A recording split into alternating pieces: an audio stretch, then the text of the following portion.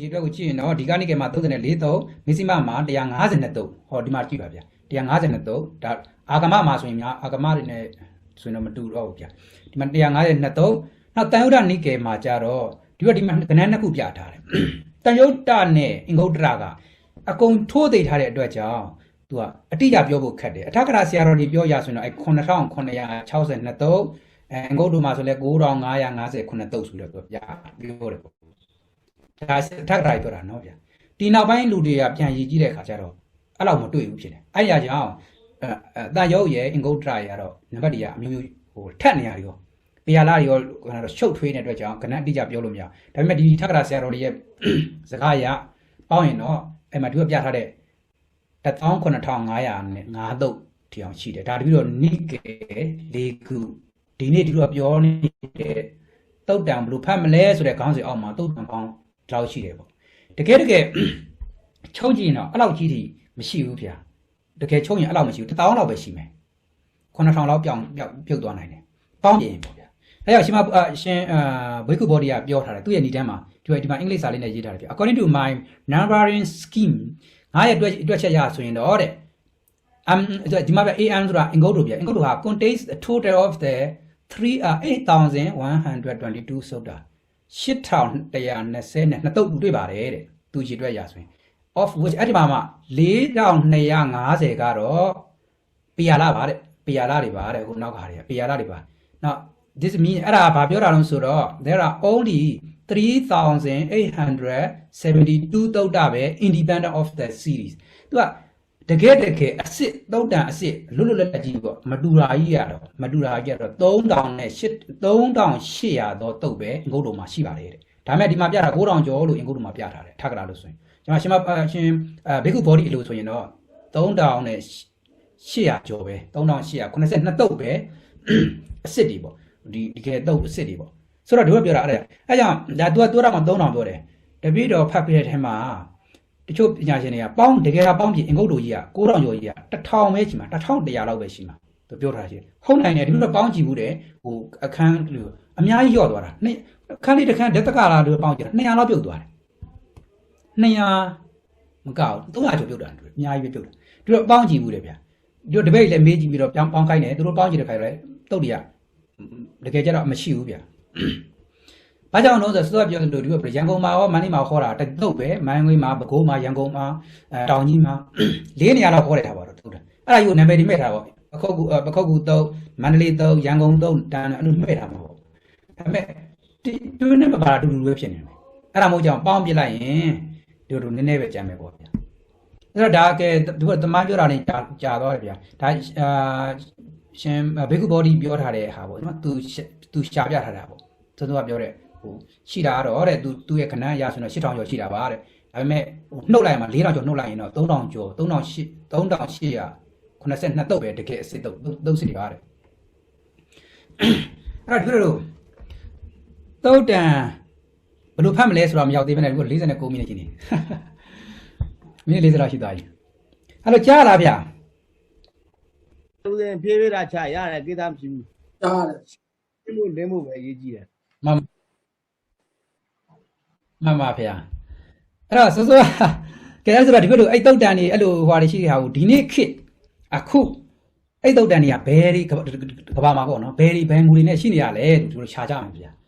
ဒါဟိုတုတ်တန်ဘယ်လိုဖတ်မလဲဆိုတာကိုတို့မရောက်သေးဘူးဗျာတမိုင်းရင်သွားနေကြတာအဲ့မူပွဲတွေသွားကြတာခါကြတော့တုတ်တန်ကိုဟိုဘုရားခေတ်ကနေပြီးတော့ဒီဂိုင်း18ဂိုင်းရောက်လာတယ်အဲ့ဒီကနေဘယ်တစ်ခါဒီဘက်မာယာနာနဲ့ထေရဝါဒဆိုတော့ဒီနေ့ခေတ်ပေါ့မှာ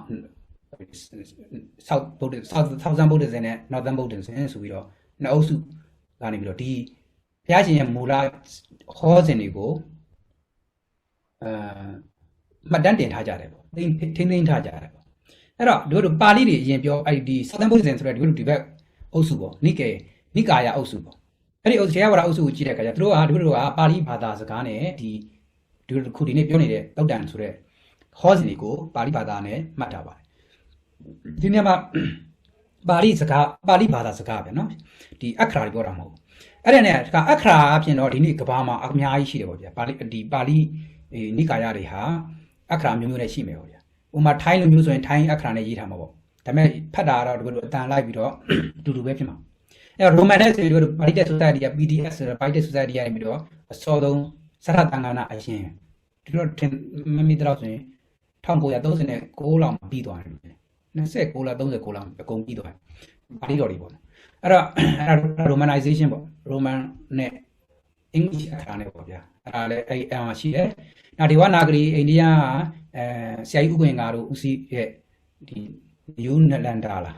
Nalanda တို့ရဲ့မှာလုပ်တဲ့ဒီဝနာဂရီအခါနဲ့လည်းသူတို့ဘာချင်းတစ်ခုရှိတယ် addition တစ်ခုရှိတယ်နောက်မြန်မာရှိတယ်ထိုင်းရှိတယ်နောက်တခြားတွေလည်းရှိပါသေးတယ်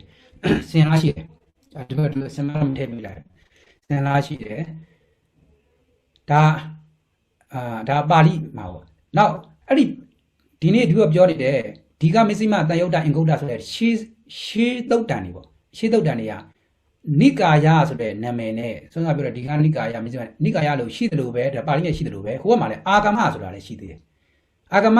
မာယာနာတွေမှာပေါ့အဲ့ဒီအာဂမတွေကကြတော့မူလကတော့ကအာဂမတွေက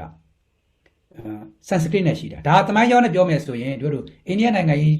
ပြိုလဲကဒီဗုဒ္ဓဘာသာကြာဆုံးတဲ့ပြိုလဲတဲ့အချိန်ပေါ့ဒီဆိုရင်ပိုင်းပြောရရင်တော့ဒီခရစ်တက္ကရာပထမဒီခရစ်2000ပြီးခဲ့တဲ့2000ဒီခရစ်တက္ကရာအစပေါ့ the first ပေါ့ century ပေါ့ဗျာအဲ့ဒီ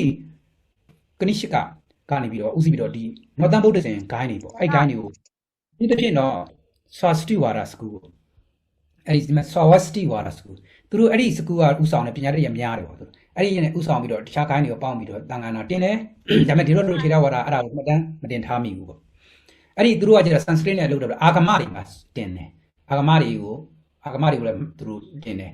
အဲ့ဒီအာဂမတွေကတဖြည်းဖြည်းနဲ့သူတို့ဟိုတရုတ်ပြည်ထီအောင်ရောက်လာတယ်ဒီမှာဒီပြတော့ဒီကလေးတွေပြထားတယ် Chinese Tipitaka ဆိုတော့ပြထားတာရှိတယ်သူတို့ကတရုတ်ပြည်ကိုအဲ့ဒီ